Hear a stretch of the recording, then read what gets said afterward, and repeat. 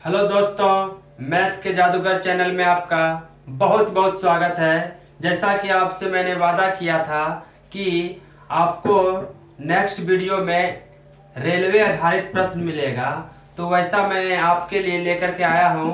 आज कुछ प्रश्न है, इसके बाद इससे धीरे धीरे मैं आपको कठिन की ओर लेके जाऊंगा।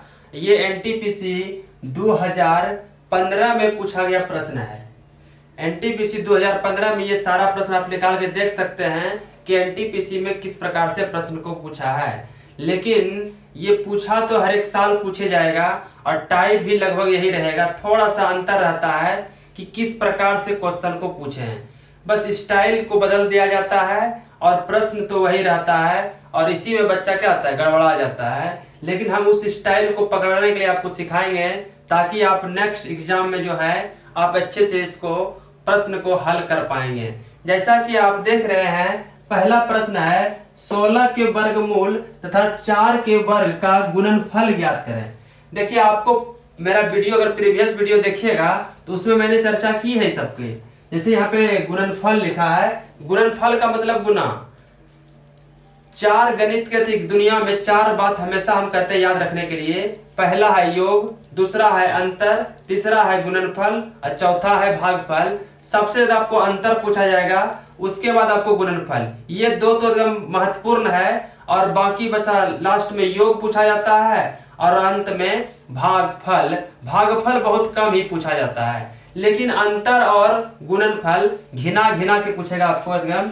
देखिए, जैसे यहाँ पे गुणनफल है, गुणनफल का मतलब आपको बता दिए कि क्या होता है, गुना होता है। और 16 के वर्गमूल, वर्गमूल तो आपको पता है, आपको वर्ग और वर्गमूल चैप्टर पढ़ाए थे। यानी कि 16 का वर्गमूल कितना हो जाएगा, 4 हो जाएगा। और 4 का वर्ग, तो 4 का वर्ग कितना, 16 हो जाएगा। और दोनों का गुणनफल 16 चौके 64। तो ऑप्शन नंबर बी आपका हो जाएगा आंसर। कितना आसान है, बस इसमें समझना था कि गुणनफल, गुणनफल ही समझ में नहीं आता। दूसरा बात क्या, वर्गमूल, वर्गमूल समझ में नहीं आता। वर्गमूल यानी कि स्क्वायर रूट जो बोलते हैं आप लोग इंग्लिश में, तो यही वर्गमूल हुआ।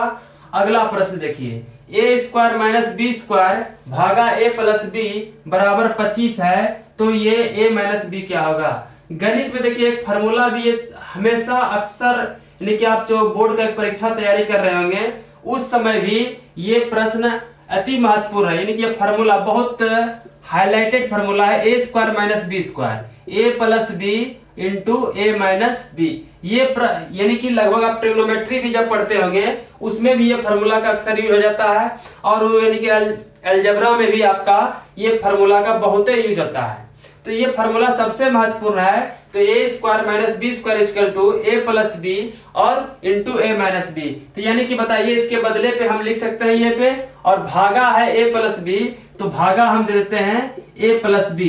तो ए प्लस बी कट गया, बचा क्या, ए माइनस बी। और हमसे पूछ क्या रहा है, ए माइनस बी, तो बराबर में क्या है, 25 है। तो ऑप्शन क्या आ जाएगा, सी। बिल्कुल भी आसान सवाल है और ये सवाल मैं आपको बहुत ही आसान करके मैं दिखाऊंगा। अगला देखिए प्रश्न को, वृत्त परिधि जैसा है कि वर्ग।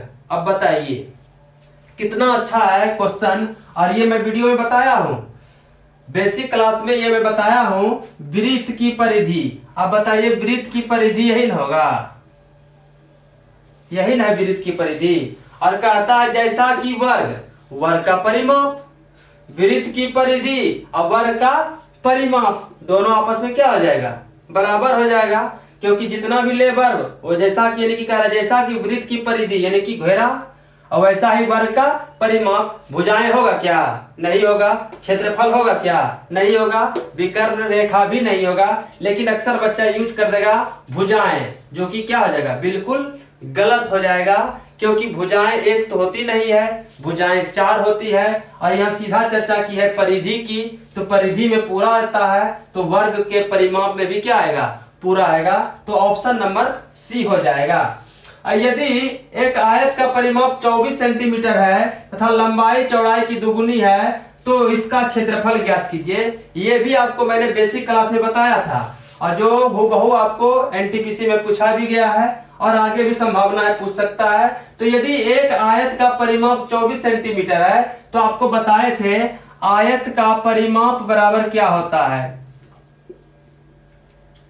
क्या होता है, 2 गुना लंबाई जोड़ चौड़ाई होता है।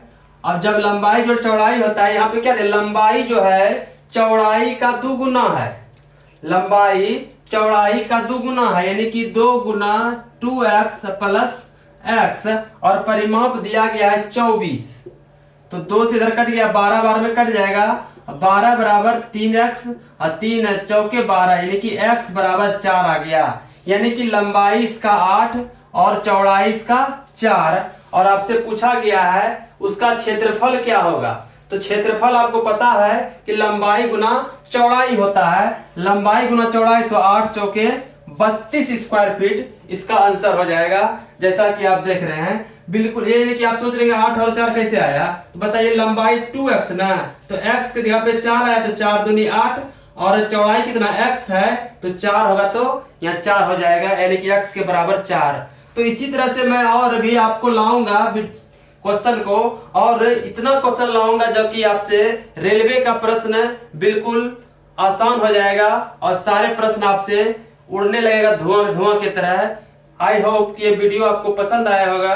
यदि वीडियो पसंद आया तो इसे लाइक करेंगे और ये वीडियो को फैलाएं और ज्यादा से ज्यादा लोगों को शेयर करें, और सब्सक्राइब करना बिल्कुल ना भूलें।